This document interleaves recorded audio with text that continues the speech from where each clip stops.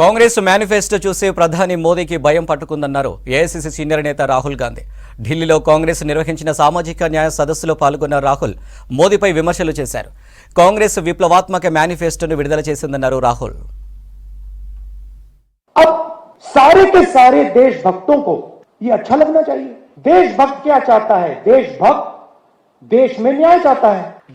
देशभक्त अन्याय थोड़ी चाह सकता है. देशभक्त चाहता है कि हिंदुस्तान आगे बढ़े. देशभक्त चाहता है कि हिंदुस्तान एक दिन सुपर पावर बने. जो भी जैसे भी आप कहना चाहो, तो अगर आप सुपर पावर बनना चाहते हो, चाइना से मुकाबला करना चाहते हो, तो 90% शक्ति का प्रयोग तो करना पड़ेगा.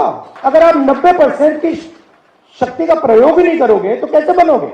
तो बड़ी इंटरेस्टिंग बात है कि सारे के सारे लोग अपने आप को देशभक्त कहते हैं, सारे के सारे जो अपने को देशभक्त कहते हैं, एक्सरे से डरते हैं. मोदी जी ने 10 साल देश को कहा कि मैं ओबीसी हूं. जैसे ही मैंने एक्सरे की बात की, जाति जनगणना की बात की, नरेंद्र मोदी कहते हैं जाति नहीं, जात नहीं है तो आप ओबीसी कैसे? फिर आपको उस टाइम कहना था मेरी तो कोई जाति नहीं है. और फिर कहते हैं हिंदुस्तान में सिर्फ 2 जात हैं, अमीर और गरीब.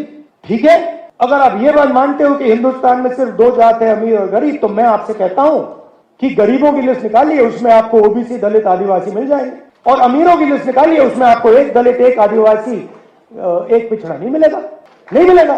तो ये मेरे लिए अब राजनीतिक मुद्दा नहीं है. ये आप बात समझ लीजिए. ये अब मेरा लाइफ का मिशन है.